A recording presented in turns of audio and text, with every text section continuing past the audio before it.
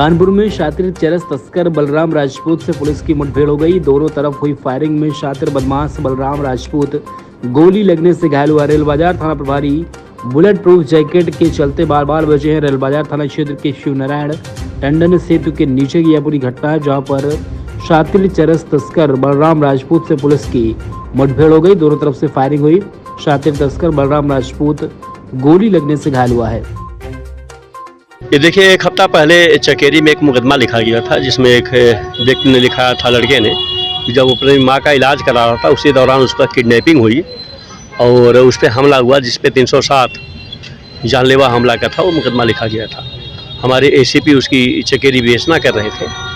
जब इसकी डिटेल में हम लोग गए तो इसमें पता चला कि एक बलराम राजपूत करके जो क्रिमिनल है वो बेसिकली यहाँ का कानपुर का बड़ा नोटोरियस है, स्मैक का, गांजे का बहुत बड़ा एक तरीके से कारोबारी है और इसमें पहले भी गैंगस्टर का बाकी मुकदमे लिखे हैं। हम लोगों ने इसकी पूरी डिटेल सर्विलांस की और जब पूरी टीम हमारी लगी उसमें हमने चकेरी को भी लगाया था, कैंट को भी लगाया था, हमारे रेल बाजार जो सर्विलांस में क्राइम पे काम करते हैं इनको भी लगाया गया। तो उसके मूवमेंट की सूचना मिल रही थी और चूँकि वो किडनैपिंग में जिसको इन्होंने मारा पीटा था उसकी हालत ख़राब थी, वो हाईलाइट में एडमिट था और उसकी माँ ने डिटेल उसके बारे में बताया था कि इसने किया था। हमारी टीम पूरी लगी रही। चूँकि ये मामला स्मैक का था, गांजे का था, तो जैसा कि आप सभी लोग जानते हैं कि हमारे पुलिस कमिश्नर कानपुर सर का विशेष अभियान है कि जो भी ऑपरेशन सुदर्शन के तहत इस तरीके के एनडीपीएस में लगे उन पर सख्त कार्रवाई की जाए। तो पुलिस कमिश्नर सर के निर्देश में और जो ऑपरेशन हमारा सुदर्शन है उसके तहत हमारी पूरी टीम लगी हुई थी। हमारी टीम को ये सूचना मिल रही थी कि मूवमेंट अभी भी कर रहा है यहाँ पे और यशोलाल बाजार को भी इसकी डिटेल सूचना मिल रही थी। मेरे द्वारा इनको हिदायत दी गई थी कि चूँकि नोटोरियस हैं इन पे आप अलर्ट रहना। इन्होंने जब इनको इंटरसेप्ट किया तो इनके ऊपर इनके फायरिंग हुई और चूँकि ये जैकेट पहने हुए थे तो बुलेट प्रूफ जैकेट पे गोली लगी और फाइनली ये बचे और जब इन्होंने जवाबी कार्रवाई की तो उसको गोली लगी है, उसको हॉस्पिटल एडमिट किया गया है। इस पर 25 से ज़्यादा मुकदमे आज की डेट में दर्ज हैं और स्मैक और गांजे का ये बहुत बड़ा सप्लायर है, डिस्ट्रीब्यूटर है, गुंडा है, गैंगस्टर है। तो इस पर हमारी रेल बाजार पुलिस ने कार्रवाई करी। सर कितने लोग थे जब ये अकेले था और इस पर पिस्टल थी, एक होता है ना तमंचा, इस पर पिस्टल थी।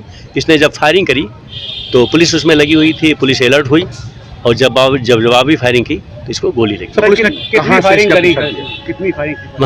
हम लोग एक हफ्ता पहले से लगे। जैसे ही चकेरी मुकदमा लिखा गया SC ST प्लस 364 प्लस 307 का और उसमें ये बात आई कि वही क्रिमिनल है जो स्मैक और चरस का सप्लायर है और उसी में इनमें गैंग में आपस में जब इनमें एक तरीके से डिस्प्यूट हुआ तो जो दूसरा था उसने मुकदमा लिखाया। तब से हम लोग लगे हुए थे, इनकी सर्विलांस की हमारी पूरी टीम लगी हुई थी। अब फाइनली जो है जब इसके मूवमेंट की सूचना मिली तो रेल बाजार SO जो हमारे हैं वो लगे हुए थे और फाइनली इसको धर दबोचा। इसके गिरोह का पता चला?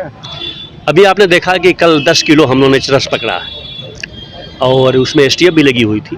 तो हम लोग जो NDPS के या जो भी मतलब इस तरीके के नारकोटिक्स में लगे हुए हैं, हमारे पुलिस कमिश्नर कानपुर सर का एकदम स्पष्ट आदेश है कि ऑपरेशन सुदर्शन के तहत जो भी इस तरीके के क्रिमिनल हो उस पर सख्त कार्रवाई हो और उनको या तो जेल में भेजा जाए या फिर वो स्टेट छोड़ के। सर पुलिस के आपस में जो भीड़ हुई है जिसके बदमाश के साथ, कितने राउंड फायर हुए हैं कुछ इसके बारे में? अभी इसकी डिटेल हम पता कर रहे हैं, लेकिन एक मतलब एक अच्छी बात यह है कि हमारे SO को जो गोली लगी है बुलेट पे वो बचे हैं। हमारी टीम पूरी लगी हुई थी, वो बची हुई है।